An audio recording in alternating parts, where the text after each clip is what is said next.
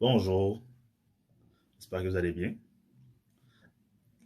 Avant de débuter, je vais faire comme je fais d'habitude. C'est notre routine de famille.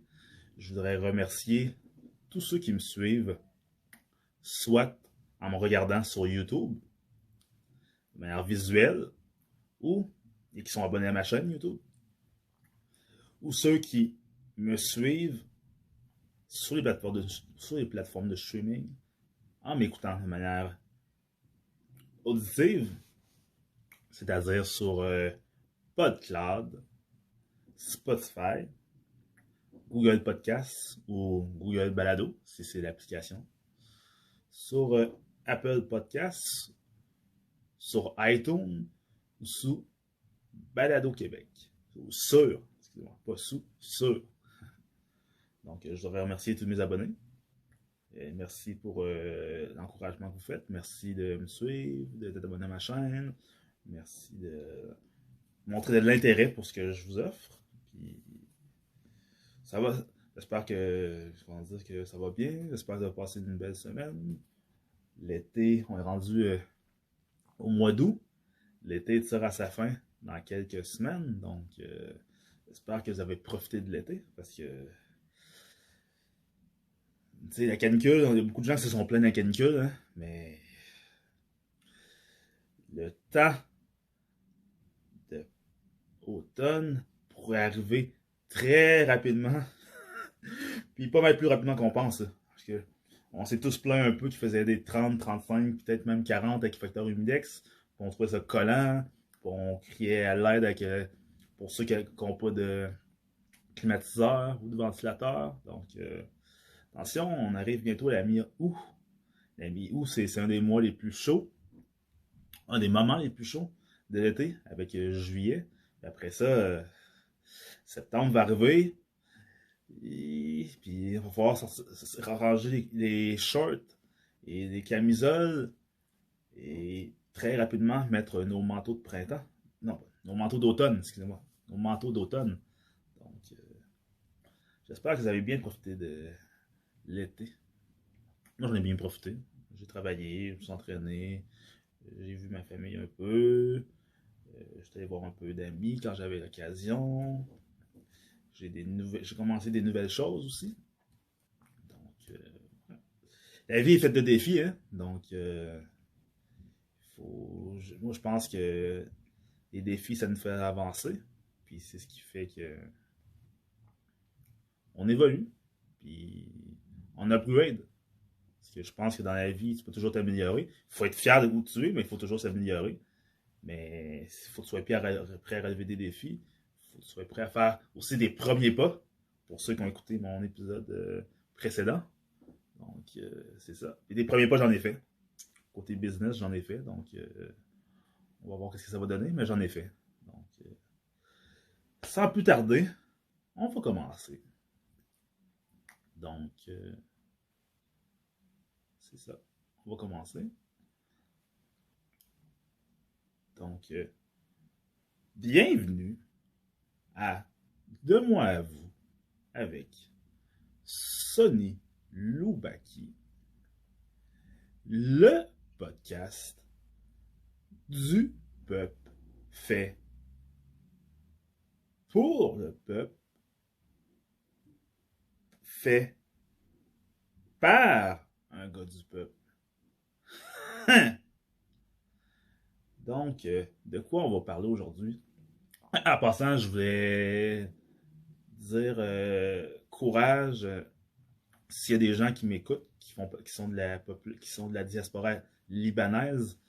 J'ai vu ce qui est arrivé, on a tous vu ce qui s'est passé à Beyrouth cette semaine. L'explosion qu'il y a eu en plein centre-ville.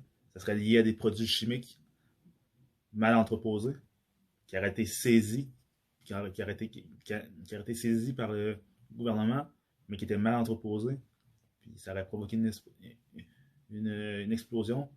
Plusieurs ont cru malencontreusement à une attaque terroriste. On a tout cru à ça, mais non, il paraîtrait que ça serait des composantes chimiques, donc mal entreposées. Donc, si j'ai des gens qui m'écoutent, qui sont de la diaspora libanaise, mais je vais vous dire courage, puis je suis de tout cœur avec vous. Puis, le Liban, je sais que vous avez été très fortement touché au niveau économique par le COVID, la pandémie. Donc, je sais que votre économie est beaucoup ralentie présentement, donc vous n'aviez pas besoin notre tragédie. Puis je voulais juste vous dire que je suis avec vous de tout cœur. Puis j'espère que ceux qui sont croyants, que vous soyez musulmans ou chrétiens, j'espère que Dieu va vous aider à avoir misé, à vous aider à passer à travers ça. Puis ceux qui sont pas croyants, mais je suis du cœur avec vous. Puis faut se retrousser les manches. Puis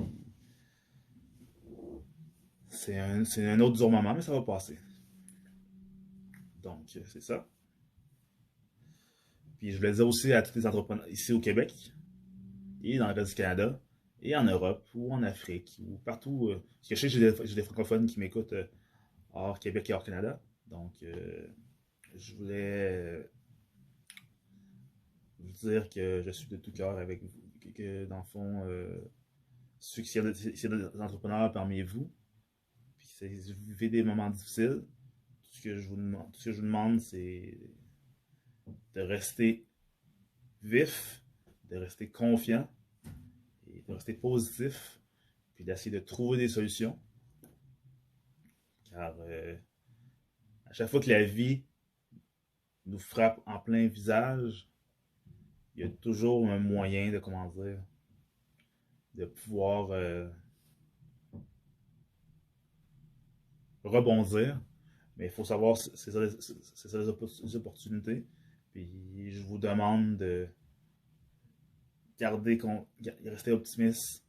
Puis c'est difficile pour tout le monde, mais je pense qu'on va comment dire, en restant focus, puis en essayant de trouver des solutions, on va tous s'en sortir. Donc, je suis tout cœur avec vous, mais surtout, je vous demande de rester positif. Donc, ceux qui n'ont pas deviné de quoi je vais parler. De quoi je vais parler? Mais depuis que j'ai commencé mon podcast, j'ai abordé légèrement la pandémie, sur ce que j'en pensais. Euh, mais pas énormément. J'ai fait 2 épisodes. J'ai fait un épisode sur lequel je vous disais que le COVID-19 et la pandémie qu'on vit en ce moment est une nouvelle manière de. Comment dire, est une occasion pour plusieurs gens de repenser leur manière de faire de l'argent, que tu sois entrepreneur ou pas, ou futur entrepreneur. Puis donc, vous irez voir dans mes épisodes, c'est COVID et économie. Donc, j'en parle. Aussi, j'en ai parlé aussi dans un autre épisode, c'est Suis-je un mouton? Puis j'expliquais un peu c'était quoi ma position par rapport au masque. Donc, vous irez aussi écouter mon épisode sur Suis-je un mouton? Puis je donne mon opinion par rapport au masque. Puis pourquoi maintenant je décide de parler vraiment, vraiment, vraiment de cette pandémie-là? Parce que, écoutez, même si on veut ne pas en parler, même s'il y a beaucoup de gens qui sont tannés d'en parler, mais c'est comme la politique, hein. On peut pas s'en parler. On peut pas éviter ce qui se passe en ce moment. Parce qu'on est à l'intérieur. On est, excusez-moi, un anglicisme, on est dedans. Donc, même si on voudrait ne pas aborder la question, même si je voudrais, on voudrait passer à autre chose, mais on est à l'intérieur. Toute la planète, la vie sur la planète au complet est affectée par cette pandémie. Donc, même si on voudrait ne pas en parler, mais on n'a comme pas le choix. Donc, qu'est-ce que je pense, moi, de la pandémie de COVID-19? COVID qui est le nom d'un nouveau coronavirus. coronavirus, pour faire simple, c'est quoi? C'est selon les scientifiques, les biologistes et les virologues, ça serait. Ça s'apparenterait à une grippe, mais qui attaque les poumons et que si tu as des problèmes de santé chronique ou si tu es à risque d'avoir des problèmes de poumons, tu peux développer des problèmes de cette grippe peut se transformer en pneumonie. Puis si tu as déjà des anticorps très faibles liés à ta condition, ben, tu peux en décéder. Ou si tu n'en décèdes pas, tu peux avoir à long terme des conséquences. Les conséquences à long terme sont encore inconnues. Donc, mais à court terme, tu peux vivre de mauvais moments, de moments très, très, très inintéressants. Qu'est-ce que je pense? Fait que c'est ça. Qu'est-ce que je pense? Puis je veux juste préciser en passant, parce qu'il y a des gens peut-être qui se demandent à la base c'est quoi un virus. Là. Mais pour vulgariser un peu c'est quoi un virus c'est un organisme qui n'a pas de métabolisme, qu'on pourrait dire qui est pas vivant, si on veut vulgariser. C'est-à-dire que un virus, c'est un organisme qui ne peut pas se reproduire soi-même. Donc, qu'est-ce que ça fait un virus? Ben, c'est comme un virus, c'est un peu un parasite. Qu'est-ce qu'il va faire le virus? C'est qu'il va s'accrocher à une cellule, il va imiter comment dire, la structure, il va imiter la structure chimique de d'autres bactéries, des bactéries que l'être vivant a dans son organisme. Ça fait que la cellule, quand il va se coller à la cellule ne va pas le reconnaître. Fait qu'il va pouvoir rentrer dans la cellule. Puis une fois rentré dans la cellule, il va pouvoir se servir de la cellule pour pouvoir se reproduire. Fait que dans le fond, le virus devient vivant quand il est dans une cellule. Je sais pas si c'est trop scientifique ce que j'ai dit ou si vous avez compris, là, mais c'est à peu près ça un virus. Donc, à partir de là, il y a des gens qui disent, qui croient que le COVID-19, le nouveau coronavirus découvert l'année passée, ça serait un virus créé en laboratoire. Qu'est-ce que je pense de ça? Ben moi, quand j'étais gamin, je suis plus un gamin parce que je suis rendu un adulte. Je suis dans la mi-trentaine. Même si ça paraît pas pour ceux qui me regardent par YouTube. Ou même si ça paraît pas par ma voix pour ceux qui m'écoutent. Ouais, je suis dans la mi-trentaine. Puis quand j'étais gamin, j'étais quelqu'un qui croyait beaucoup, beaucoup à plein de théories du complot.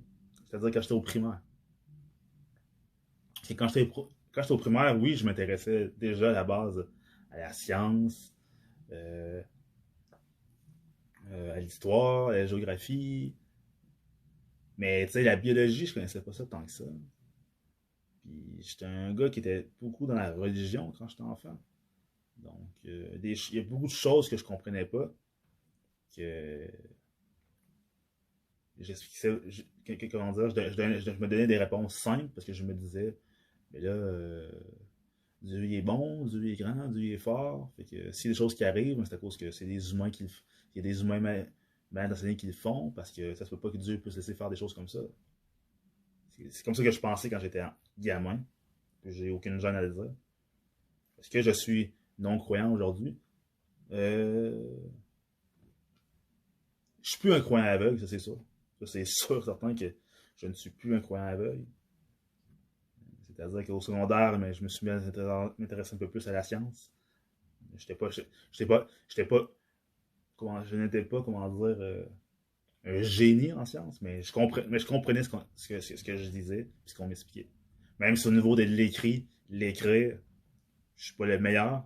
Dans mes examens, ça se voit, parce que dans mes examens de sciences, j'ai rarement des très bonnes notes.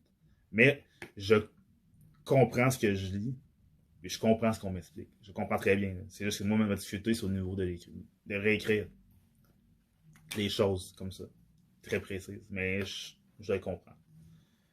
Et c'est ça, fait qu'à partir du secondaire, je me suis même intéressé un peu plus à la biologie, à la chimie, puis encore plus à l'histoire, puis certaines théories du complot que j'avais par rapport à plein de choses ont comme été remis en question.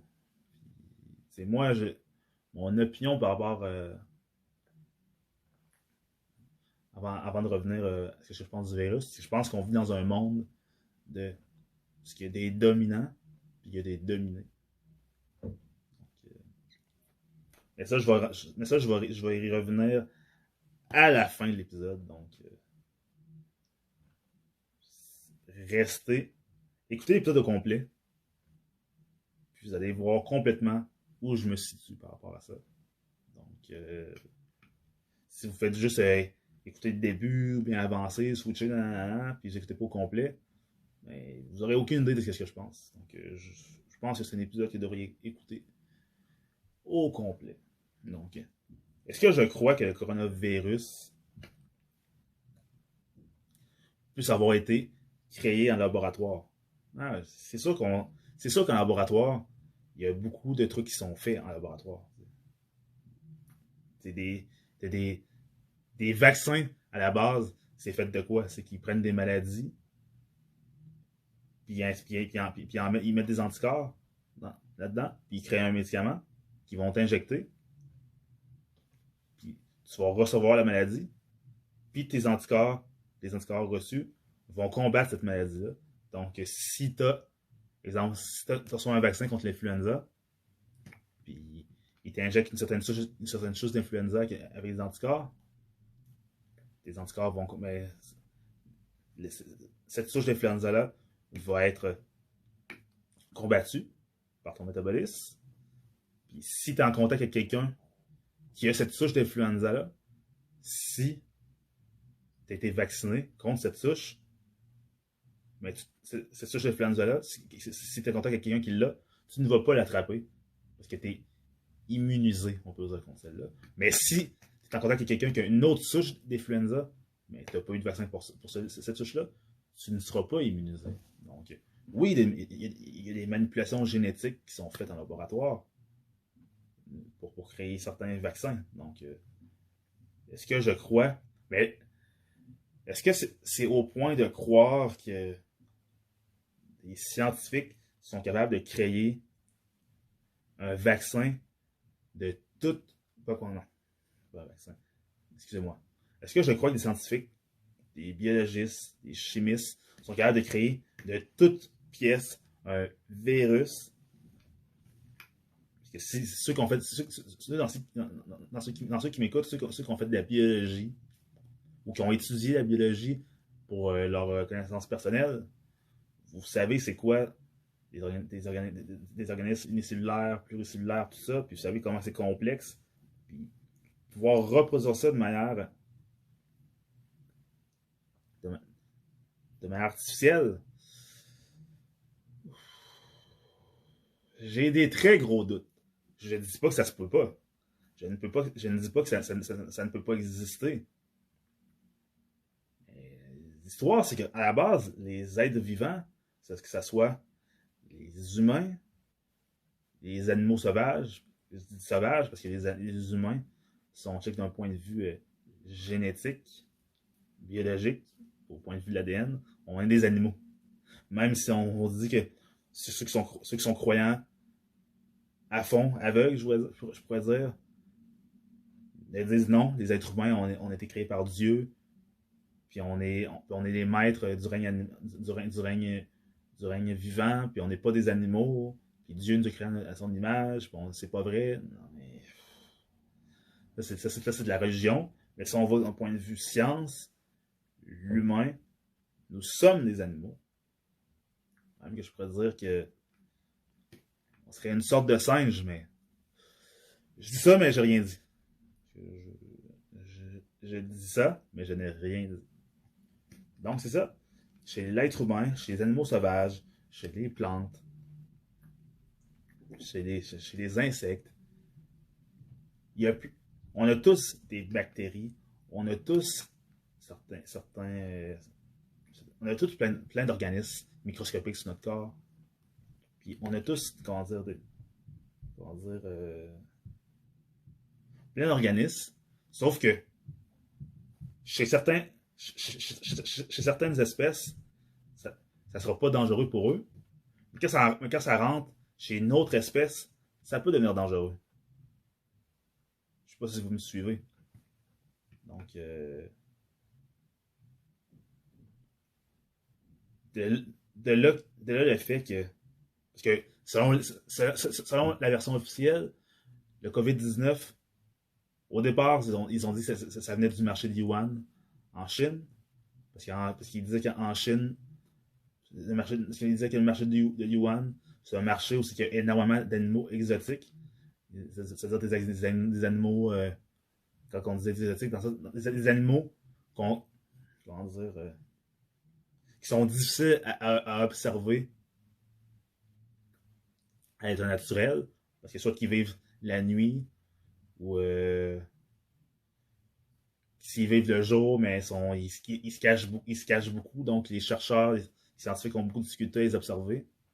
Puis c'est pas des animaux aussi que, on va dire que les gens, exemple, en Occident, vont consommer. Donc, c'est pour ça qu'on dit animaux exotiques. Puis souvent, ils ont plein de couleurs ou ils ont des formes qu'on n'est pas habitué de voir. Donc, c'est ça. Puis dans ce marché de Yuan-là, il y aurait plusieurs animaux exotiques qui seraient en vente à la consommation. Puis il y aurait, selon les rumeurs, il y aurait du pangolin. Le pangolin, c'est un animal qui vient de la même famille que le fourmilier.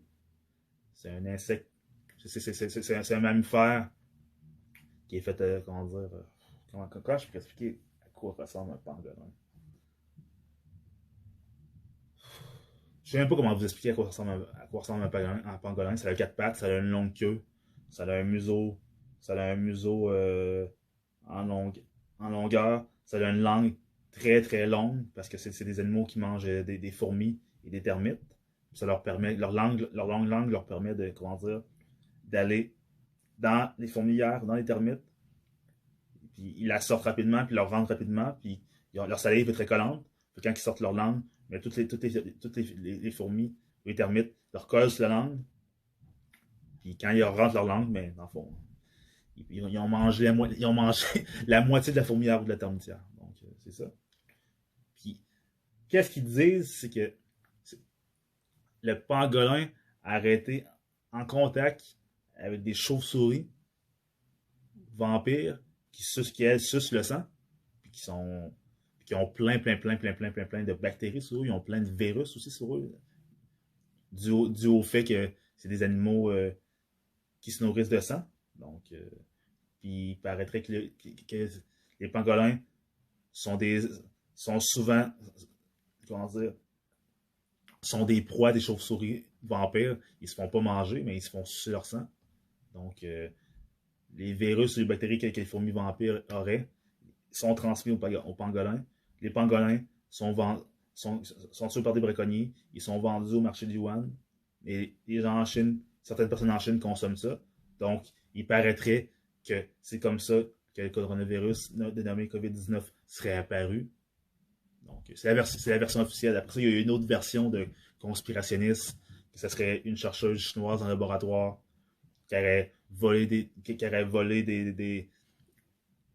une souche de coronavirus sur laquelle son laboratoire travaillait, ou qu'elle aurait quitté son laboratoire sans changer, puis elle aurait eu des traces de coronavirus sur ses vêtements, puis elle aurait ramené ça à la maison, puis elle aurait contaminé son conjoint, puis son conjoint aurait contaminé d'autres mondes. Donc, c'est des versions qu'on entend, mais en tout cas, vous ferez vous dire qu'est-ce que vous en pensez. Donc, est-ce que c'est des vraies versions ou c'est des versions que les médias ou que les politiciens ont données pour. Ça, je ne le sais pas. Ça peut être vrai comme ça peut ne pas être vrai. Okay? Mais au niveau, est-ce que je crois que le coronavirus est un virus créé de toutes pièces en laboratoire? Comme je vous dis, c'est énormément complexe. La biologie, c'est énormément complexe créer de tels organismes. Donc, est-ce que l'être humain, on a la technologie pour pouvoir arriver à créer de telles choses? Dans les films, oui. Oh, si vous regardez les films, oui. Puis il y a certaines personnes qui, eux, croient que Hollywood serait contrôlé par des pédosatanistes et par un ordre mondial. Ils se serviraient d'Hollywood pour nous montrer certaines choses. Pas tout, mais certaines choses. Il y a des gens qui croient ça. C'est souvent des gens croyants. Encore des gens croyants. Hein? Ils ont le dos large, les gens croyants. Hein? Excusez-moi. Hein? J'ai rien contre vous. C'est juste un hasard, on dirait. Donc, c'est ça. Donc, est-ce que je crois que Hollywood se sert de leur industrie cinématographique pour nous éveiller ou pour nous montrer certaines choses qui seraient faites?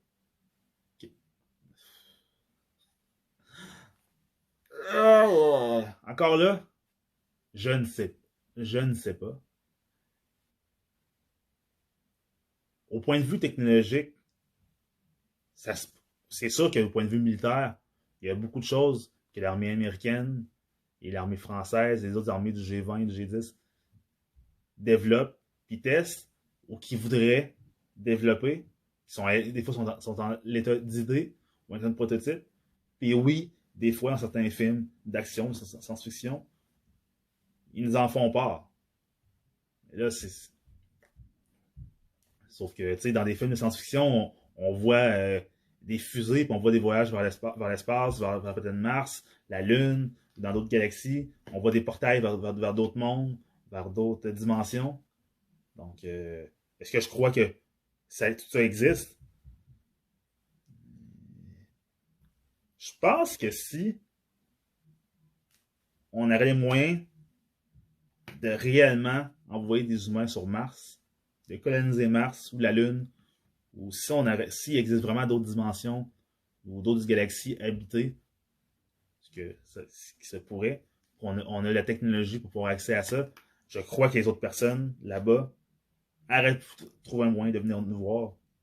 Donc, jusqu'à preuve du contraire, je ne me rappelle. Et jusqu'à preuve du contraire, je ne me rappelle pas qu'on ait eu la visite de gens d'une autre dimension ou d'une autre galaxie ou d'un univers parallèle. J'ai pas vu ça. Puis quand on sait que ça fait près de 60 ans que l'homme n'est pas allé sur la Lune,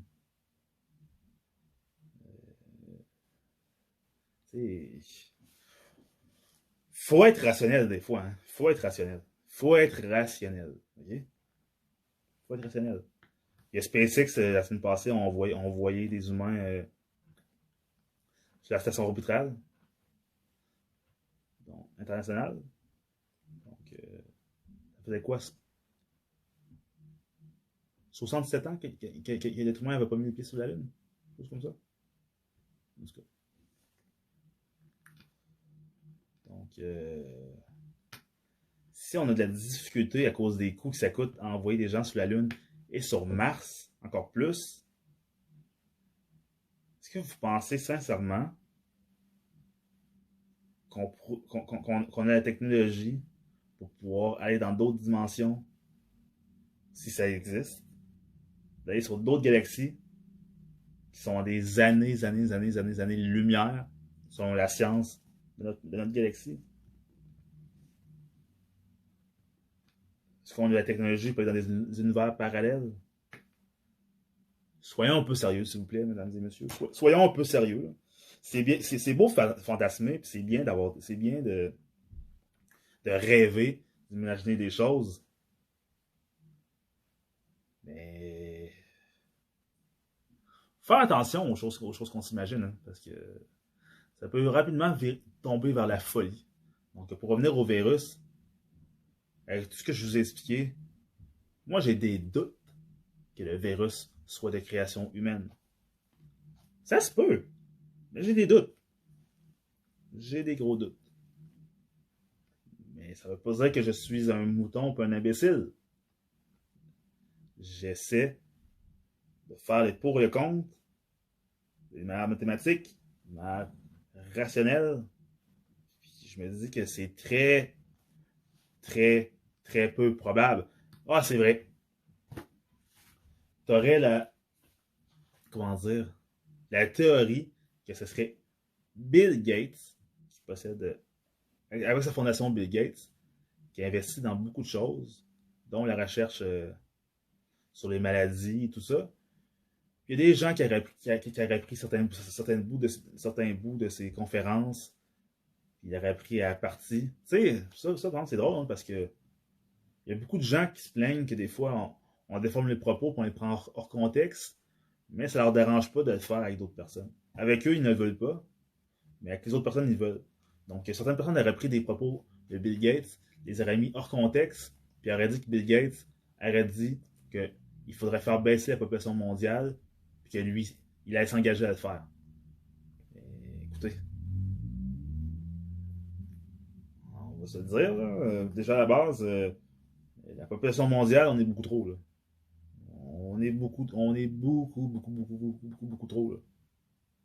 Si vous, si ceux qui ont voyagé, là, un peu partout dans le monde, là, vous allez voir des gens qui vivent dans la rue, qui sont des clochards. Vous allez voir des gens qui ont de la misère à manger. Vous allez voir des gens, comment dire, vous allez voir des villes qui sont surpeuplées. Euh, la population mondiale, on est beaucoup, là, on est beaucoup, beaucoup, beaucoup, beaucoup, beaucoup. Puis, t'as des familles, encore aujourd'hui, t'as des familles, dans certains endroits dans le monde, même ici en Amérique du Nord, t'as des familles qui ont 4 enfants et plus par famille. Ce qui, selon moi, est point de vue économique, c'est pas une très bonne idée. Je pense que 2 enfants, un garçon, une fille. Puis si, exemple, tu as eu 2 garçons puis tu vas avoir une fille, mais c'est correct d'essayer d'en avoir un quatrième ou une quatrième. Ou si tu as eu 2 filles puis tu vas avoir un garçon, c'est correct d'essayer d'en avoir une troisième ou une quatrième. Mais tu sais, je pense que 2 enfants, 2 parents de classe moyenne, ou en bas de la classe moyenne, ou en haut de la classe moyenne, qui ont un emploi, qui sont capables de payer leurs factures, 2 enfants, je crois que c'est raisonnable. Encore là, si t'es un homme, si t'es un gars, une fille, si tu vas avoir. Encore là. Donc, avoir plus de 2 enfants, quand on sait que des enfants, ça mange beaucoup, des adolescents, ça mange énormément, puis les adultes, tout dépendamment de quelles activités qu'ils font, vont manger beaucoup aussi. Vont, puis l'être humain, oui, la Terre, comment dire, se renouvelle. La Terre, c'est un organisme vivant, puis se renouvelle. Les, les, mais comment dire, les ressources, à chaque année, on exploite de manière exponentielle les ressources naturelles de la Terre pour des besoins économiques. Puis à cause du système dans lequel on vit, le système de surconsommation créé par le capitalisme, dans lequel puis les consommateurs, les citoyens, les êtres humains embarquent dedans de plein gré. Donc moi parfois. Donc on peut pas juste mettre la faute sur le capitalisme parce que tu as des gens, comment dire, qui n'ont pas besoin de certains articles, peut-être pas autant, puis ils vont en consommer pareil. Là. Ils vont, par exemple, quelqu'un qui va posséder en tout 30 paires de souliers. Que ce soit des souliers, des baskets, des bottes. Puis, je suis coupable, moi j'en ai beaucoup. J'ai beaucoup de souliers, de bottes, puis d'espadrilles. J'en ai beaucoup. Là. Donc, je suis coupable moi-même. Mais est-ce que j'ai vraiment besoin de ça? Non, je pense que une paire de souliers pour l'été, pour marcher, je pense que une paire de souliers, une paire de souliers pour l'été, pour le printemps, puis l'automne, puis peut-être 2 paires de bottes pour l'hiver, ça fait sa job, puis peut-être une paire de souliers pour les grandes occasions. Si on fait des sorties, par exemple, restaurant, ou cocktail, ou soirée mondaine. Ça c'est comprenable. Mais une trentaine de paires de souliers, je pense que là, c'est exagéré. Puis il y a beaucoup de gens qui ont ça. C'est exagéré. Puis ça, c'est des ressources. C'est pas une personne sur la planète que ça. C'est des milliers, des fois des millions de personnes qui possèdent plusieurs paires de souliers. Fait que c'est des ressources naturelles qui sont utilisées pour fabriquer ça. C'est des êtres humains qui ont à travailler pour fabriquer ça. C'est des usines qui ont brûlé beaucoup de gaz pour pouvoir fonctionner, pour mener à la fabrication de ça. C'est du pétrole qui est utilisé pour les cargos qui font faire la livraison, ou les avions ou les trains. Donc, il n'y a personne qui nous oblige à acheter autant de produits.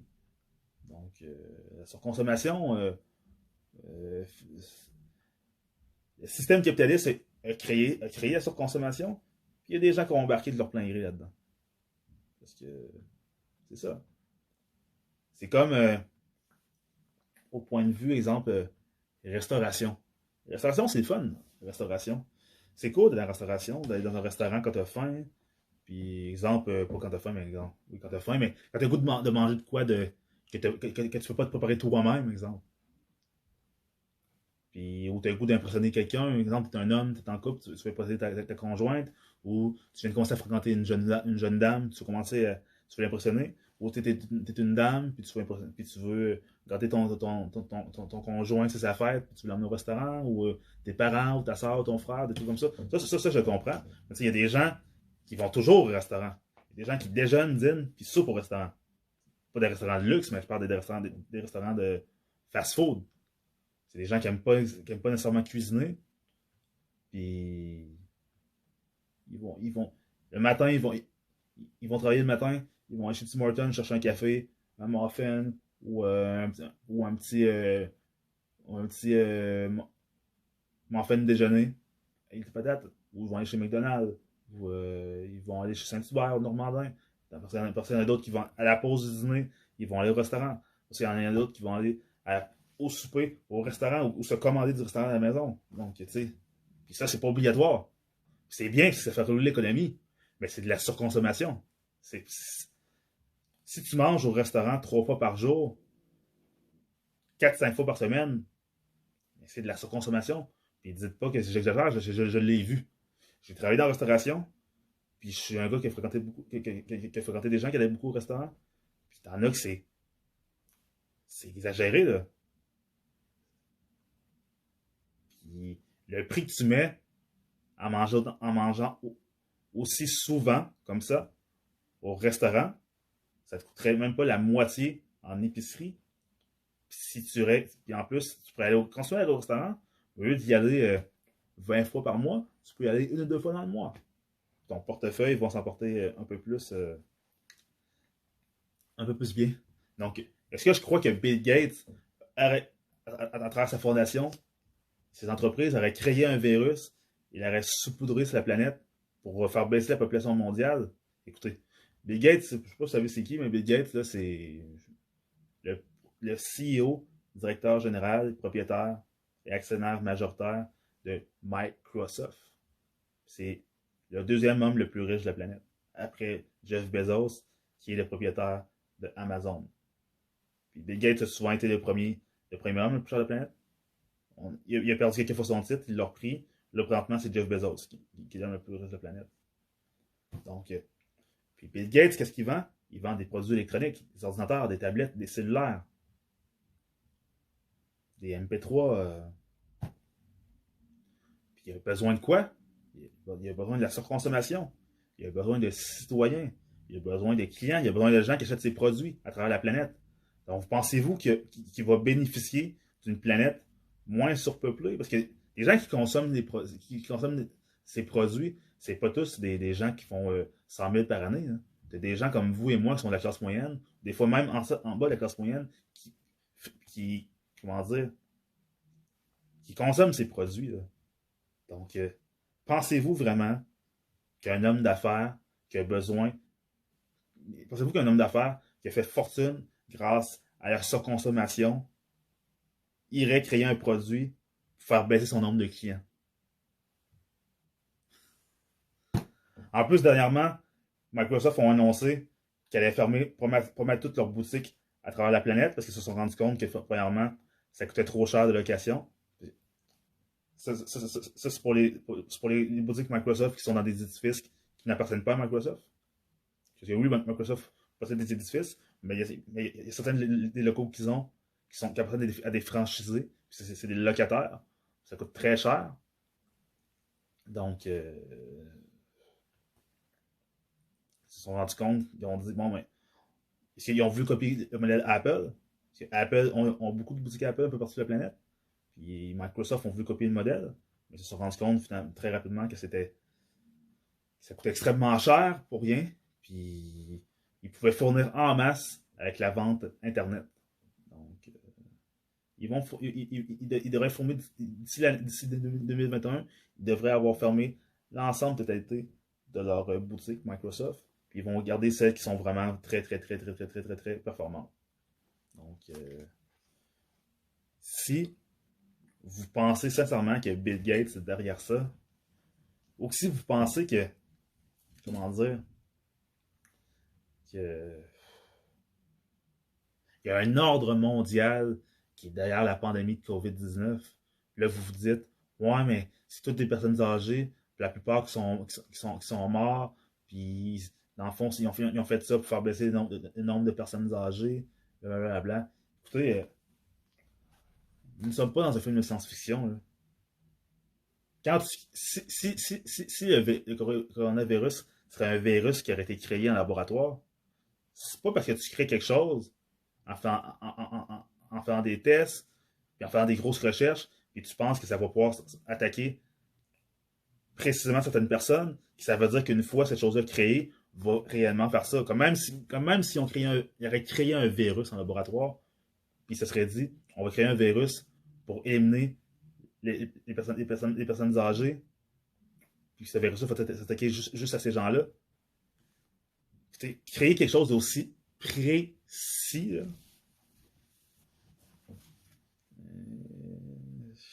je ne croirais pas. Puis, créer quelque chose comme ça, puis lancer ça dans la population, c'est à cause que eux aussi peuvent en être affectés. Là. À moins que vous croyez que c'est des reptiliens. Là. Il y a beaucoup de gens qui croient aux reptiliens.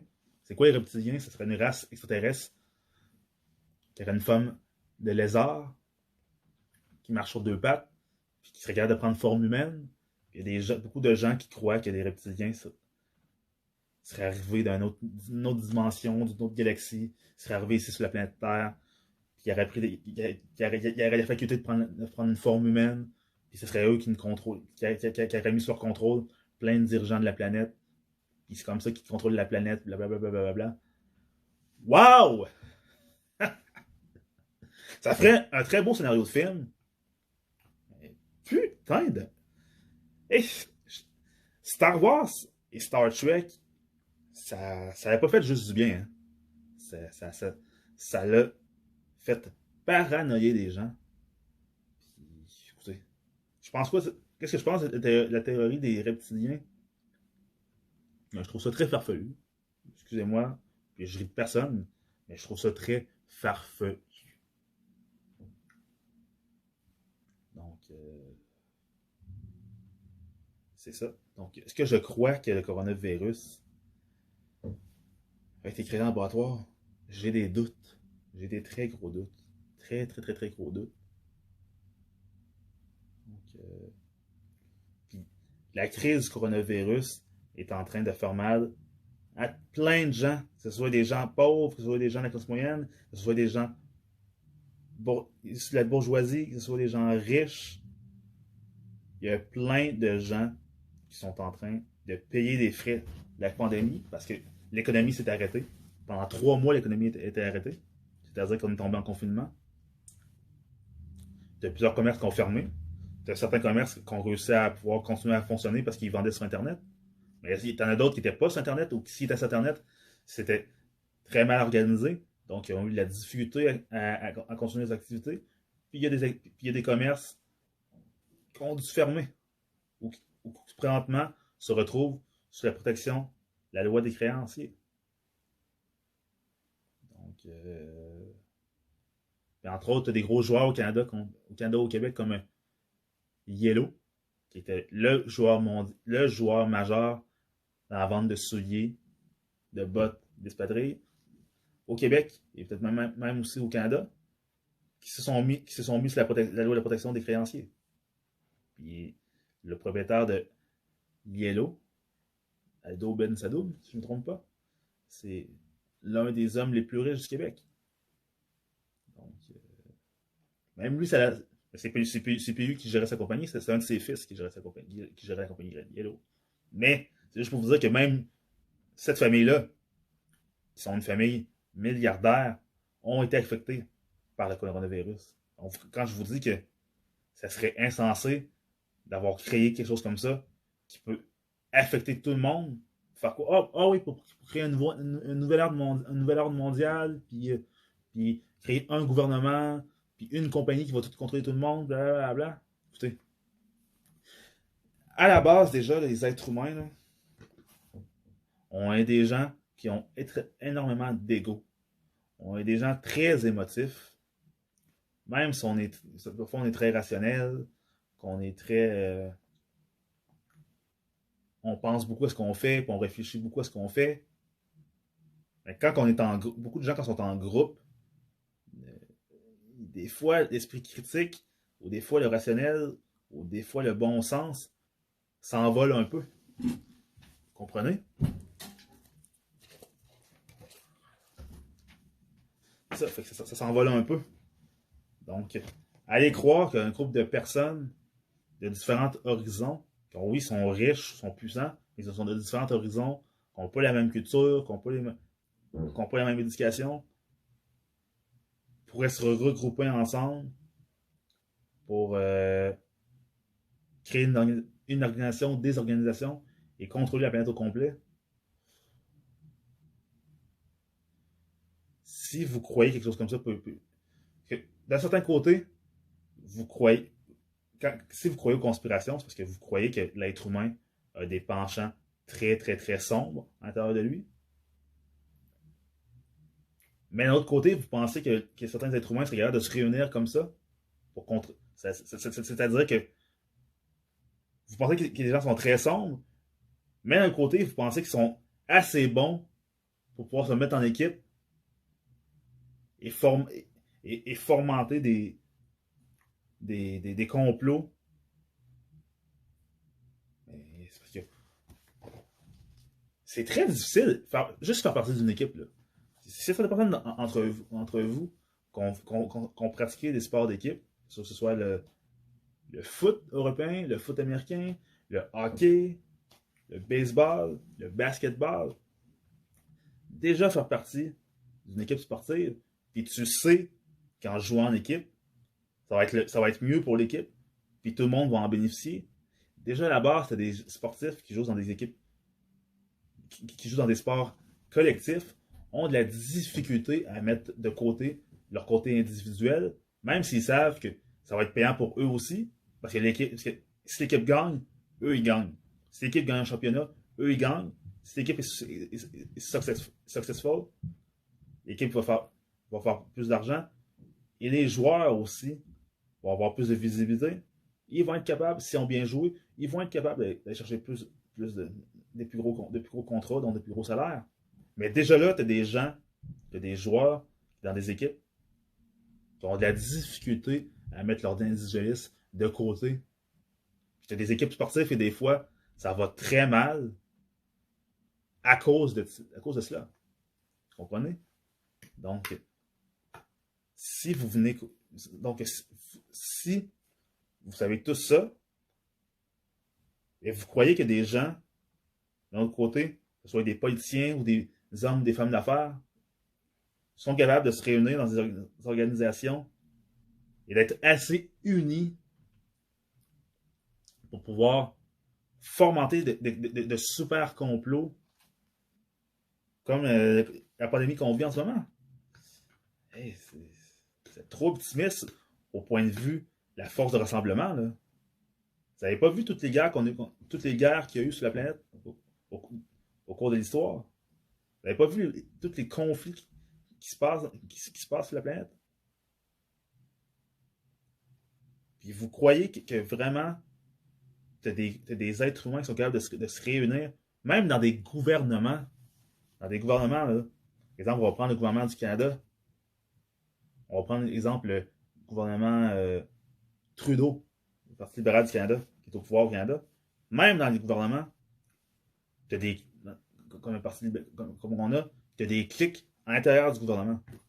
T'as le premier ministre, t'as ses femmes et ses hommes de confiance qui sont proches de lui, qui sont ses amis, des fois peut-être même personnels. T'as d'autres membres du gouvernement qui ne sont pas nécessairement des amis, qui ont leur clic, les autres aussi. Puis tout le monde là-dedans essaie de coexister. Puis des fois, c'est difficile parce que le premier ministre et sa clique pensent d'une certaine manière, puis des autres personnes dans l'équipe pensent d'une autre manière. Puis des fois, t'en as qui vont aller se plaindre aux médias, sous couvert l'anonymat, ou ils vont faire un visage découvert. Ça peut mettre ils savent que ça va mettre dans l'embarras le premier ministre, ça va donner une mauvaise image au gouvernement. Mais ils vont le faire parce que leur ego l'emporte des fois sur l'esprit d'équipe. Vous comprenez? Donc, mais vous, en sachant tout ça, vous croyez qu'une organisation mondiale ou des organisations mondiales, il y aurait assez de cohésion entre les gens pour pouvoir faire des complots, fomenter des complots, puis créer la pandémie dans laquelle on vit, puis créer quelque chose de. Créer un truc génétique en laboratoire, puis le lancer dans la population, en sachant très bien que ce à quoi ils se sont imaginés, ça donnera peut-être pas les résultats qu'ils ont pensé au départ. C'est kamikaze de faire cela.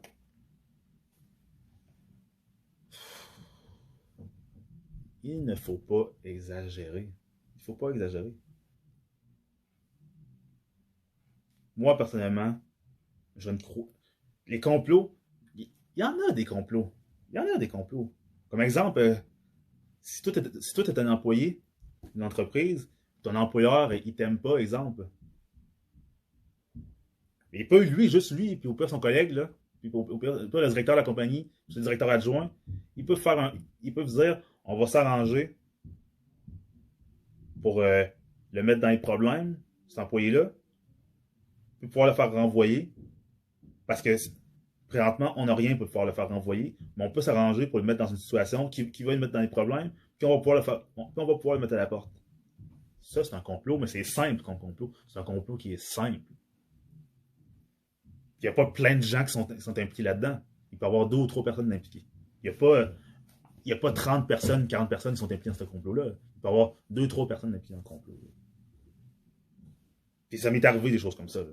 C'est pas un gros complot. C'est un petit complot simple et facile à faire. J'ai été victime de choses comme ça. C'est la vie. Là. Ou exemple, tu peux habiter dans un immeuble, puis ton propriétaire, le propriétaire de ton immeuble, il veut, je sais pas moi, il veut vendre l'immeuble, puis il veut vendre l'immeuble, ou bien il veut acheter un terrain, puis il y a un immeuble dessus, puis vous êtes là, puis c'est un problème à la vente. Il peut s'arranger, trouver un moyen pour vous faire invincer. C'est réalisable, mais il n'y a pas 30, il y a pas 20, 10, 30 personnes dans ce complot-là. Il y a un peu de personnes. Au point de vue, si on va un peu plus grand, au point de vue, ici au point de vue politique au Canada, lors du référendum de 95, t'as des hommes d'affaires canadiens, français, canadiens, anglais, qui, avec l'aide de politiciens fédéraux,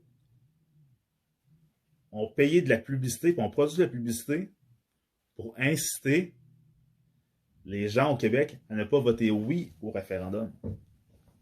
Le référendum dont la question c'était est-ce que vous voulez que le Québec devienne un État indépendant? Donc, ça, c'est une sorte de complot. Mais c'est pas un gros complot. C'est juste faire des c'est juste, comment dire, faire de la publicité. Puis tu fais de la publicité. Puis tu disais à des gens, comment dire, comment dire, ils ont encouragé aussi des Canadiens anglais à venir au Québec. Puis ils ont appelé ça le love-in. Puis ils ont dit, venez dire aux Québécois, francophones, qui veulent se séparer du Canada, que vous les aimez, puis que le Canada les aime, pour les convaincre de ne pas s'en aller. C'est pas un énorme complot. De toute manière, c'était tellement grossier comme, on va dire, complot que les gens se sont rendus compte assez rapidement. Puis même que les gens, même que justement, ils se sont fait prendre parce que il y en a, il y a des gens qui ont avoué. Il y a eu des enquêtes, des vraies enquêtes. Puis il y a des gens qui ont été déclarés coupables. Puis ils ont dû faire de la prison ou ils ont dû payer des amendes. C'est pas tout le monde qui ont été attrapés là-dedans. Ils ont sacrifié certaines personnes pour ceux en haut ne puissent pas les sacrifier. Mais c'était démasqué assez rapidement. C'est juste une chose, comment dire. Puis juste ça c'était au niveau national, au niveau d'un pays, d'une province. Puis ils n'ont pas été capables. Ils ont réussi. Ils ont peut-être. Comment dire? Est-ce qu'ils ont eu un impact dans le fait que le référendum n'a pas passé? Le référendum, il a passé. Le référendum, pour que ça passe, je crois que c'est. Je me trompe pas, c'est 55 plus 1. Ça a été 54% si je ne me crois pas. Corrigez-moi si je me trompe. S'il y en a parmi mes abonnés qui connaissent les chiffres exacts, parce que je ne suis pas allé les vérifier. Puis je ne veux pas vous dire n'importe quoi. Donc, si je ne me trompe pas, pour qu'un référendum passe, je crois que c'est 55% plus 1. Puis dans le cas du dernier référendum, 95, c'était 54% qu'il y a eu. Donc, si c'est pas ça, vous pouvez l'écrire en commentaire pour me le dire. Puis au pire, lors d'une prochaine vidéo, je ferai la correction au début. Donc, c'est ça. Donc, juste ça, c'est au point de vue national. Puis, ça n'a pas, pas tenu longtemps, puis ils ont été démasqués. Donc, croyez-vous qu'un complot international, qu'il y a encore plus de gens qui seraient impliqués, pourrait tenir sans que personne parle? Voyons donc. Voyons donc. Non, non. Qu'est-ce que je pense maintenant, que je veux dire, donc,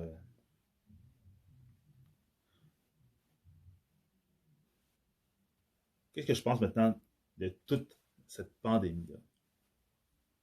Que ce soit un complot ou pas, parce qu'il y a beaucoup de gens aussi qui se plaignent qu'on se dirige vers un gouvernement unique autoritaire, un gouvernement mondial autoritaire, puis que le Canada, les États-Unis sont en train de devenir une dictature, blablabla. Puis il y a des gens au Québec qui disent qu'on est en train de devenir une dictature, puis que la France est en train de devenir une dictature, blablabla.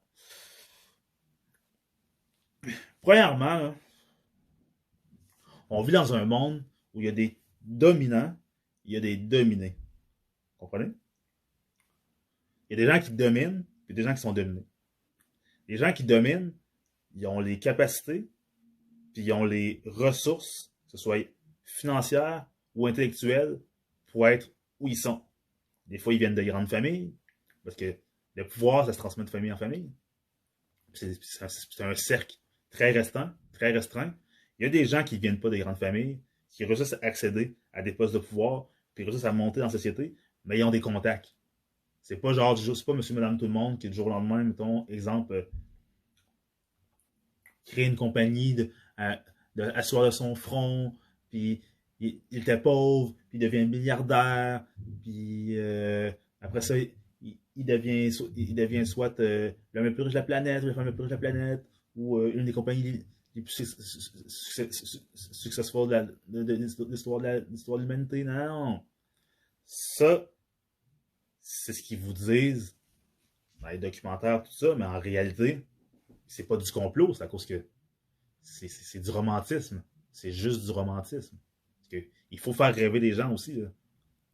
Le safe made man ou le safe made woman ou la self-made woman, ça fait rêver les gens. Ça arrive des gens qui partent de rien et qui réussissent à se monter très haut. Mais ceux, exemple comme Donald Trump qui dit que c'est un self-made man, c'est pas un self-made man. Son père était millionnaire. Son père avait des contacts. Son père est d'origine allemande. Il était d'origine allemande, qui est décédé, si je ne me trompe pas. Puis il avait des contacts. Il y avait des contacts qui lui ont permis de se créer un cercle d'influence. Puis quand il est arrivé aux États-Unis, ces contacts qui lui ont permis de grossir dans l'immobilier, de devenir très riche. Puis Donald Trump a hérité de son père, puis il a construit son organisation comme ça. il est pas parti de rien. Là. Donc, puis même quelqu'un qui part de rien doit se faire des contacts. Parce que si vous savez quand le monde fonctionne, tout marche par contact dans le monde dans lequel on vit. Tout fonctionne par contact. Tu peux rien faire, tu peux pas monter aussi. Tu peux rien faire dans la vie si tu n'as pas de contact. Si tu es seul, tu n'as personne pour t'aider, pour t'épauler, pour te protéger ou peu importe, tu ne vas pas monter. Parce que on vit dans un monde où c'est manger ou être mangé. Puis si tu essaies comment dire, de faire certaines choses, puis tu n'as personne autour de toi, tu n'as pas d'équipe, tu vas te faire manger. On vit dans un monde impitoyable, puis si tu ne fais pas gaffe, tu vas te faire manger. Parce que si tu as des contacts, tu vas pouvoir monter, puis tu vas pouvoir rentrer dans certains cercles, mais ça prend des contacts pour ça. Donc, on vit dans un monde où il y a des dominants et des dominés, puis ceux qui dominent ont les ressources intellectuelles et financières et les contacts pour y arriver. Puis ceux qui sont dominés, c'est pas qu'ils ne sont pas intelligents, c'est que des fois, ils ont juste pas le goût. Il y a des gens pour qui se lancer en affaires, c'est trop gros pour eux. Ils ont l'intelligence pour le faire. Puis il y aurait la capacité pour le faire, mais c'est trop gros pour eux. Pour eux, c'est se casser la tête. C'est trop de stress. Puis pour eux, être un employé, comme Karl Marx dirait, être un prolétaire, ça les satisfait. Ou si ils sont des entrepreneurs, mais exemple, on va parler du Québec. Il y a des gens qui sont entrepreneurs au Québec, que tout ce qui. Eux, ça fait leur affaire de faire des affaires juste au Québec ou des fois juste dans leur ville à eux. Pour eux, faire des affaires en dehors de leur ville, en dehors de la province, dans le reste du pays, ou à l'extérieur du pays, du Canada, c'est trop gros pour eux. Des fois, premièrement, ils sont unilingues, ils parlent juste une langue, ils parlent français souvent, ils parlent pas anglais. Aussi, ils ne comprennent pas l'anglais. Ou s'ils comprennent l'anglais, ils ne savent pas comment s'exprimer en anglais. Donc, ça leur met beaucoup de bâtons dans les roues. Ils préfèrent l'effort d'aller apprendre l'anglais, exemple, pour pouvoir se faire des clients outre-mer. Mais pour eux, c'est trop compliqué. Pas qu'ils ne sont pas intelligents, c'est que c'est trop compliqué comme démarche. Donc, ils vont se satisfaire de faire des affaires juste avec des gens de leur ville, de leur région ou de leur province. Aussi simple que ça. Puis il y a des gens pour qui être un employé ou une employée, ça leur satisfait. C'est une sécurité financière. Ils ont un emploi assuré. Des fois, ils sont dans des postes ou dans des emplois, dans des secteurs où ils ont un emploi assuré. Ils savent qu'à chaque semaine ou aux 2 semaines, ils vont avoir leur salaire, leur paye, déposé dans leur compte. Ils ont leur carte de crédit. Donc, quand ils reçoivent leur paye, leur salaire, ils vont payer leur facture ou sinon, si ils n'ont pas encore reçu leur salaire, ils utilisent leur carte de crédit. Puis à la fin du mois, ils remboursent leur carte de crédit. Puis c'est pas compliqué pour eux. Ils n'ont pas à penser si à la fin du mois, ils vont avoir de l'argent parce qu'ils ont un emploi assuré, à moins d'être dans un secteur à risque. Ben, sinon, ils ont un emploi assuré. Puis ils se disent, bon, ben moi je veux le confort, je veux pas de stress. Sinon, si ils ont une famille, mais ils veulent être sûrs que leur famille puisse manger à leur faim, tout ça. Ou s'ils sont en couple, ils veulent pas sacrifier. Ils ont peur de peut-être sacrifier leur couple pour les besoins de l'entreprise. Donc, ils vont pas se lancer en affaires. Ils vont rester des employés. Puis ils vont se dire, regarde, écoute, moi, je veux rester un ou une employée. Puis comme ça, j'aurai pas de stress. Puis ça sera pas compliqué. Puis la vie va bien aller. Oui, je vais peut-être rêver des choses que je ne peux pas me payer. Peut-être que à les fins du mois, ça va être très serré pour moi parce que j'ai pas une grosse marge de profit. Mais au moins, j'ai un salaire assuré. Puis je n'ai pas à avoir le stress d'avoir à chercher des clients, à vouloir offrir un bon service, à vouloir, à vivre dans l'inconnu. Donc c'est pour ça qu'il y a des gens qui sont dominés, puis les gens qui dominent, parce que les gens qui dominent n'ont pas peur de l'inconnu, souvent, n'ont pas peur de relever de nouveaux défis toujours, n'ont pas peur de sauter dans le vide, question de parler, n'ont pas peur de, comment dire, de ne pas avoir une sécurité qu'un emploi assuré va leur offrir. Eux, être entrepreneurs, ça les fait saliver, ça les passionne. Avoir des nouveaux clients, chercher de nouveaux clients, ça les passionne, ça les stimule. Avoir du pouvoir, c'est ce qu'ils veulent. En avoir toujours plus, c'est ce qu'ils veulent. Avoir de l'argent, ils adorent avoir de l'argent. Je ne dis pas que les gens je dirais, les dominés n'aiment pas l'argent, mais ceux qui dominent sont prêts à faire ce qu'il faut pour en avoir encore, encore et toujours plus. C'est simple. Le monde dans lequel on vit, c'est comme ça. On vit dans un monde de hiérarchie. Ça n'avait pas besoin arrêter de penser à des complots, à des histoires, puis les reptiliens, ou l'ordre mondial, ou ci, ou ça. Il y a des dominants, il y a des dominés. Puis un gouvernement, c'est là, pourquoi? Pour gérer ce que les citoyens ne peuvent pas faire.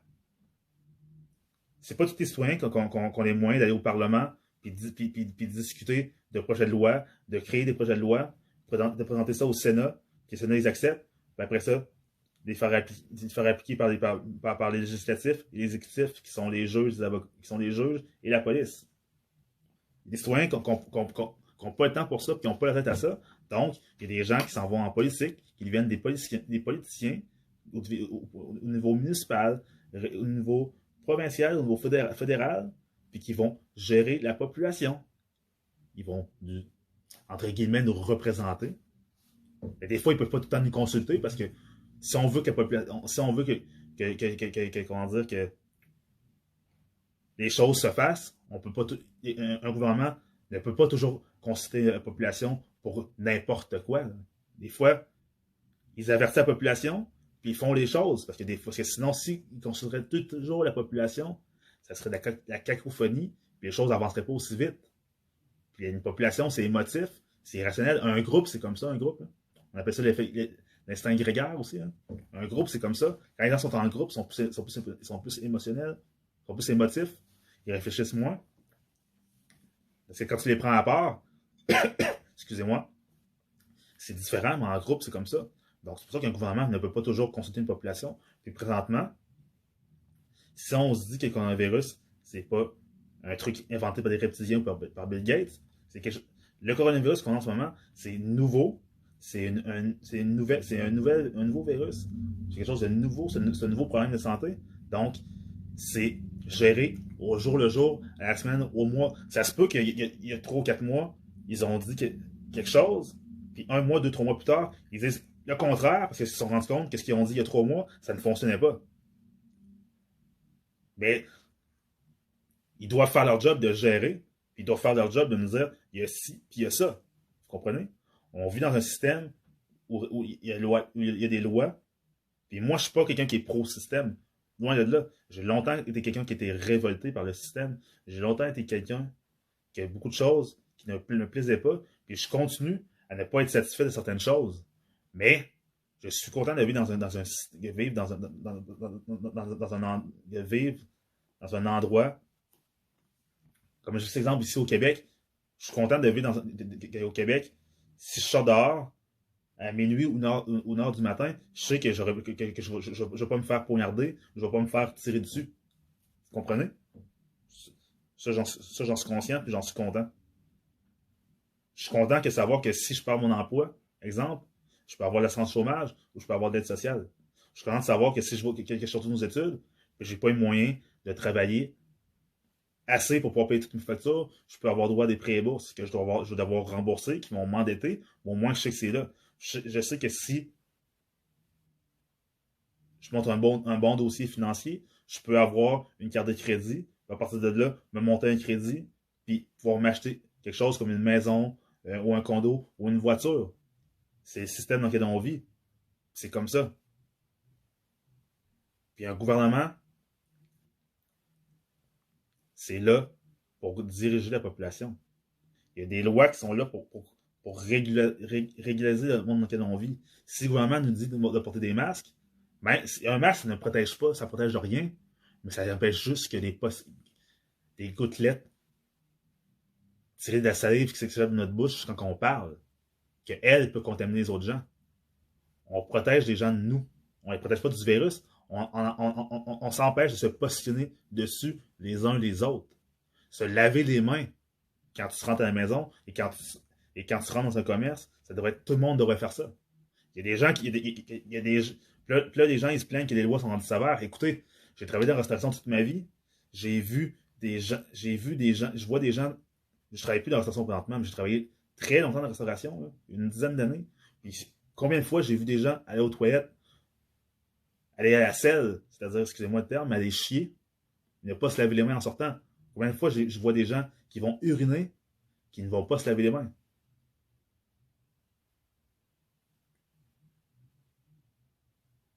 Combien de fois, combien de fois quand j'ai travaillé dans le tracé ménager, j'ai vu dans des toilettes, prendre une toilette de femme, il y a des tampons souillés qui traînent sur le plancher des toilettes, alors qu'il y a des endroits faits pour les déposer, puis il y a des tampons souillés qui traînent sur le plancher, ou des fois, combien de fois j'ai vu des couches pleines dans la boîte à tampons, au lieu d'être dans la poubelle. Ou dans la toilette des hommes, combien de fois je suis rentré et j'ai vu, comment dire, des selles tout autour de la toilette. Ou combien de fois je vois des gommes dans les urinoirs, ou des choses comme ça. Vous comprenez? Ou au point où on va aller à d'autres choses. Les gens disent que les lois sont trop sévères. Combien de fois je peux voir des gens qui ont bu, puis le taux d'alcool qu'ils ont dans le sang dépasse la limite permise, puis ils prennent leur voiture pareil. Combien de fois je vois des fois des gens qui prennent leur voiture, qui sont oui dans un quartier résidentiel, puis ils roulent pas vite, mais ils sont pas attachés. Combien de fois je peux voir des fois des gens qui se promènent, qui vont dans des parcs, qui consomment de l'alcool, puis ils savent qu'ils ne peuvent pas consommer de l'alcool. Ou, tu vis dans un immeuble qui s'est indiqué non fumeur, il y a des gens qui fument la cigarette pareil parce qu'ils n'en ont rien à foutre.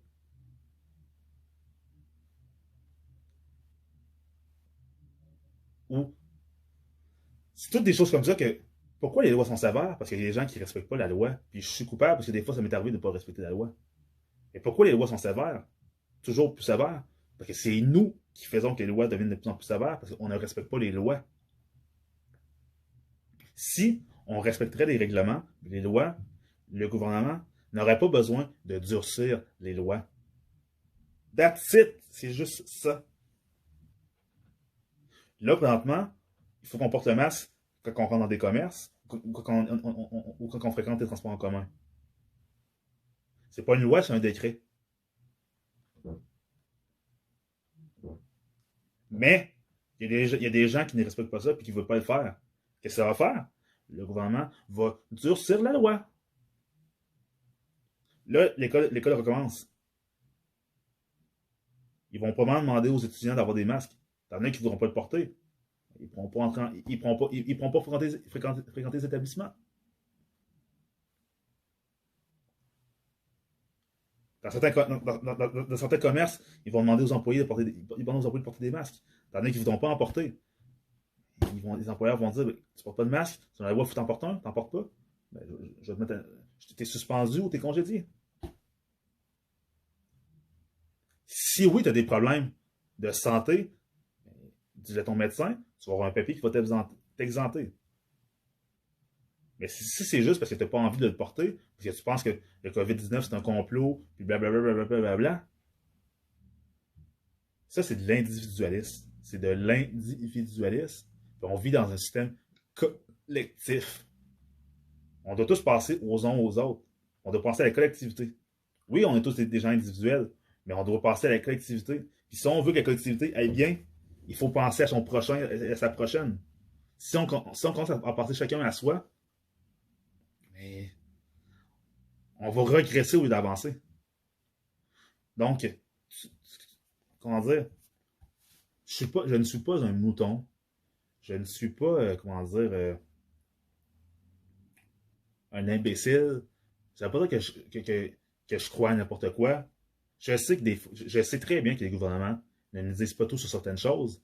C'est pas une raison pour commencer à s'imaginer des trucs, comment dire, de science-fiction. Arrêtez, là, arrêtez. Tout ce que je vous dis, c'est que qu'est-ce qui se passe avec la pandémie? Moi, ce que je remarque, c'est qu'il y a des gens, il y a beaucoup de détresse mentale, dans le sens qu'il y a beaucoup de gens qui ont dû à vivre confinés, qui n'ont pas pu sortir comme qu'ils voulaient, qui n'ont pas pu se promener comme qu'ils voulaient. Ça les a affectés. Puis moi-même, le confinement de 3 mois, j'ai travaillé temps plein pendant le confinement, mais j'ai trouvé ça, comment dire, préoccupant que les commerces, exemple, juste le gym, c'est moi, je suis quelqu'un qui s'entraîne, qui fait de la musculation, puis qui pratique des sports de combat, puis juste le fait que les gyms de muscu et les gyms de sport de combat étaient fermés, c'est moi, j'ai pas ce travers, puis j'étais pas triste, mais ça m'a préoccupé. Puis sauf que j'ai compris que c'était pour la santé, puis même que j'ai fréquenté mon gym de musculation et mon gym d'arts martiaux la journée que le gouvernement a fermé a dit que tous les commerces devaient être fermés, que le confinement était commencé. La journée que c'est arrivé, moi je me suis entraîné à mon gym d'arts martiaux. Puis la journée que les gyms de musculation ont fermé, je m'étais entraîné aussi cette journée-là. Donc, puis mon gym d'arts martiaux, il est rouvert. Puis je ne suis pas encore retourné parce qu'on n'a pas le droit de faire du sparring. Et moi, je fais des arts martiaux mix. Donc, je fais toutes les disciplines. Présentement, c'est juste le striking qui est permis. C'est-à-dire la boxe, le kickboxing et le muay thai. C'est des cours de groupe. Mais moi, j'aime pas les cours de groupe. Moi, à la base, je prenais des cours privés parce que je suis un gars, comment dire, je suis pas sauvage, mais j'aime faire mes affaires seul de mon bar. Puis avoir des cours privés, c'était parfait pour moi. Puis après ça, quand je voulais faire du sparring, de l'entraînement, mais je pouvais demander à des gens dans le gym, bon, as-tu le temps, telle journée, pour qu'on puisse se faire un 2, 3, 4, 5 rounds? Il y en a qui disaient oui, il y en a qui disaient non. T'en as à qui ça cliquait, puis on faisait un bon sparring. T'en as d'autres qui, au point de vue de la philosophie de comment faire un sparring, ça ne cliquait pas. Donc, j'ai eu de la difficulté par rapport à ça, à me trouver des partenaires de sparring, parce que je pense que quand tu fais un sparring, il faut que tu sois sur la même longueur d'onde. Un sparring, selon moi, c'est pas pour prouver que tu es meilleur que l'autre, c'est pour pratiquer des choses. Moi, je fais pas un sparring pour prouver que je suis meilleur que toi, puis je veux pas que tu fasses un sparring avec moi pour prouver que tu es meilleur que moi. On fait ce qu'on a à faire de manière sécuritaire. Oui, on s'envoie des coups, mais on fait attention. On n'est pas là pour se blesser. Puis on paye pour s'entraîner. Donc, ça serait stupide de se blesser en s'entraînant. Dans un combat, j'en ai rien à foutre. Dans un combat, le premier qui va avoir devant moi va être là pour me démolir. Puis je vais être là pour démolir cette personne-là. Mais dans un sparring, je vais pas, puis je vais pas aller payer pour me blesser. Parce que pour moi, ça n'a pas de sens. Ça n'a aucun sens. Mais bon, c'est pas tout le monde qui comprend ça, mais bon. Fin de la parenthèse. Donc, je suis pas encore retourné à mon gym d'arts martiaux mix parce que le grappling, c'est-à-dire la lutte et le jiu-jitsu brésilien, n'est pas encore recommencé encore. Il n'a pas encore été réautorisé. Puis le sparring non plus n'a pas encore été réautorisé. Donc, je ne suis pas retourné parce que moi, j'aime ça faire de tout. Donc, je me concentre sur la musculation en ce moment. Puis quand le jiu-jitsu brésilien, le grappling va être réautorisé, je vais trouver du temps moral pour y aller. Puis quand le sparring va être réautorisé, je vais trouver je vais reprendre des cours privés et je vais recommencer à faire mon sparring aussi. C'est aussi simple que ça. Donc,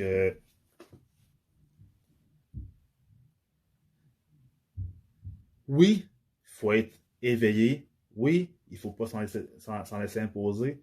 Mais, comment dire, toute cette hystérie collective qui en ce moment sur on s'enligne vers un gouvernement autoritaire, puis que blablabla. Bla, bla, bla, bla.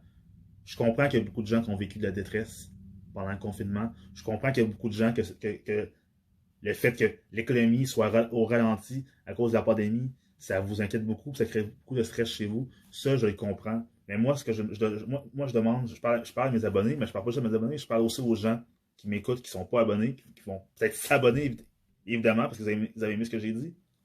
Ne vous laissez pas influencer par d'autres personnes qui sont en détresse comme vous, puis qui vous racontent n'importe quoi.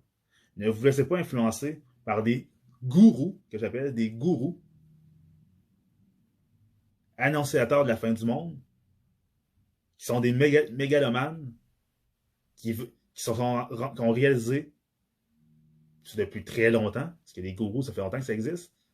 Ce sont des gens qui se rendent compte qui peuvent servir de votre détresse émotive pour vous endoctriner et vous faire croire plein de choses. Puis en plus, là-dedans, il y a certains qui vont vous demander de l'argent aussi. Hein? Je ne dis pas que moi, je ne vais pas demander de l'argent un jour, par exemple, si je n'ai pas mon Patreon. Mais je parle, c'est pas ça que je parle. Je parle qu'il y a certains gourous. Puis les sectes, c'est comme ça que ça se crée. Hein? Les sectes, ça commence comme ça. C'est de l'endoctrinement. Il y a un groupe qui se crée. Puis après ça, ils vous demandent de l'argent pour faire vivre le groupe. Dans le fond, c'est pour les faire vivre eux. Mais tous les gens qui vivent la détresse mentale en ce moment, trouvez un moyen de vous changer d'idée. Allez prendre une marche. Allez faire du jogging. Allez au gym. Allez voir vos amis si vous pouvez aller voir. Les membres de vos familles si vous pouvez aller voir. Ou écouter de la musique, regarder des films, chanter, jouer de la musique, ou aller sur le bord de l'eau, aller vous baigner, trouver des activités pour vous changer les idées, pour sortir de cette ambiance négative et ne tombez pas entre les bras de gens mal intentionnés que tout ce qu'ils veulent, s'ils veulent des gens pour, comment dire, pour faire grossir leur ego à eux et leur portefeuille, évidemment, puis qui vont vous entraîner encore plus dans la négativité que certains d'entre vous pouvez l'être. Vous voyez, en ce moment, il fait beau, hein? Mais il faut qu'il fasse. Je vous dis pas de penser qu'on vit dans un monde de licorne, puis de croire que tout est beau, blablabla. Non, il y a des choses très bad, très mauvaises qui se passent dans la société. Mais s'imaginer toutes sortes de complots, toutes sortes de choses. Écoutez, on vit dans un monde, je vous l'ai dit, là, on vit dans un monde de dominants et dominés. Mais les complots, les super complots internationaux que vous imaginez ou que les gens essaient de vous faire croire, ne rentrez pas là-dedans. Vous allez juste vous rendre malade, vous allez juste être sans cesse paranoïaque. Puis c'est pas sain mentalement. Contrôlez ce que vous pouvez contrôler, comme votre santé physique. Votre santé mentale, vous pouvez la contrôler en lisant des livres, en faisant du sport. Okay? Au niveau des élections, il y a des élections qui s'en viennent aux États-Unis. Il va y avoir des élections au Canada cette année, l'année prochaine. Les élections au Québec, ils vont en avoir. C'est l'année prochaine ou en 2022, les prochaines élections au Québec. Parce que le gouvernement de la CAQ est majoritaire, c'est 4 ans en mandat. Donc, c'est ça. Donc, si vous voulez avoir, au point de vue politique, si vous voulez avoir du pouvoir aussi, regardez qui est le député au niveau municipal, au niveau provincial et au niveau fédéral de votre circonscription. Il y a des assemblées qui sont organisées à chaque mois au niveau municipal, provincial et fédéral. Allez aux assemblées. Si vous avez des demandes, faites-les. Si vous voulez savoir quels sont les projets de loi qui sont à étudier, qui vont être emmenés, vous allez pouvoir le savoir, c'est quoi. Si vous avez des demandes à faire, allez à ces assemblées-là. Ou sachez où est le bureau de votre député municipal, provincial ou fédéral. Vous pouvez aller là ou la voir. Vous pouvez leur demander des choses. Puis, si vous voulez avoir un poids sur le gouvernement qui est au pouvoir, ou sur les politiciens qui nous gouvernent, tenez les politiciens qui nous représentent, le simple député, le ou la simple députée, est responsable de qu'est-ce qu'ils font. C'est simple.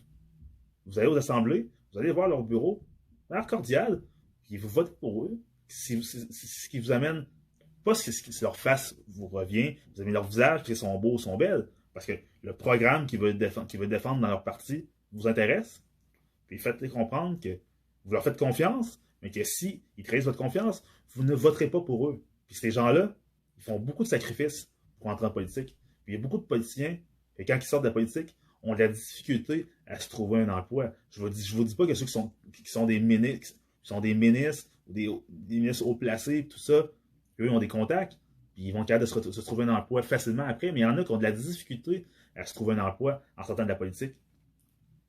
Donc, ces gens-là, ils font beaucoup de sacrifices pour entrer en politique. Puis quand ils sont élus députés, c'est un emploi, c'est une sécurité d'emploi aussi. S'ils sont dans un gouvernement qui est là au pouvoir longtemps, qu'ils soient dans l'opposition ou pas. Donc, ils ne veulent pas perdre leur emploi. Ils savent qu'ils ont des comptes à rendre à leur population. Donc, lisez les programmes des partis politiques.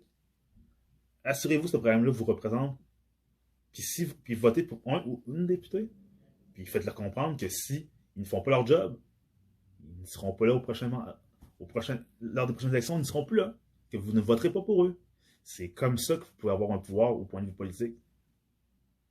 Au point de vue individuel, soignez votre esprit, soignez votre corps. Mangez bien, dormez bien. Et comment dire, ne vous laissez pas influencer par des gourous de la fin du monde. Et n'allez pas vous perdre dans les limbes de l'Internet où vous allez avoir des informations farfelues sur plein de sujets qui ne sont pas vérifiés. Donc, un esprit sain dans un corps sain. Puis soyez safe, puis restez positif. Puis c'est pas parce qu'on est positif que ça veut dire qu'on est des licornes, puis on pense qu'on vit dans un monde de calinos de bisounours. Non. Il y a toujours moyen de s'améliorer. Puis il y a toujours du positif dans la vie. Puis quand on cherche des solutions, quand on voit qu'il y a des problèmes, qu'on cherche des solutions, on s'améliore. Puis on améliore des choses comme ça. Donc, c'était ça pour moi pour aujourd'hui. Sur cet épisode sur qu'est-ce que je pensais de la pandémie. Donc, c'était de moi à vous avec Sonny Loubaki, le podcast du peuple, pour le peuple, fait par un gars du peuple.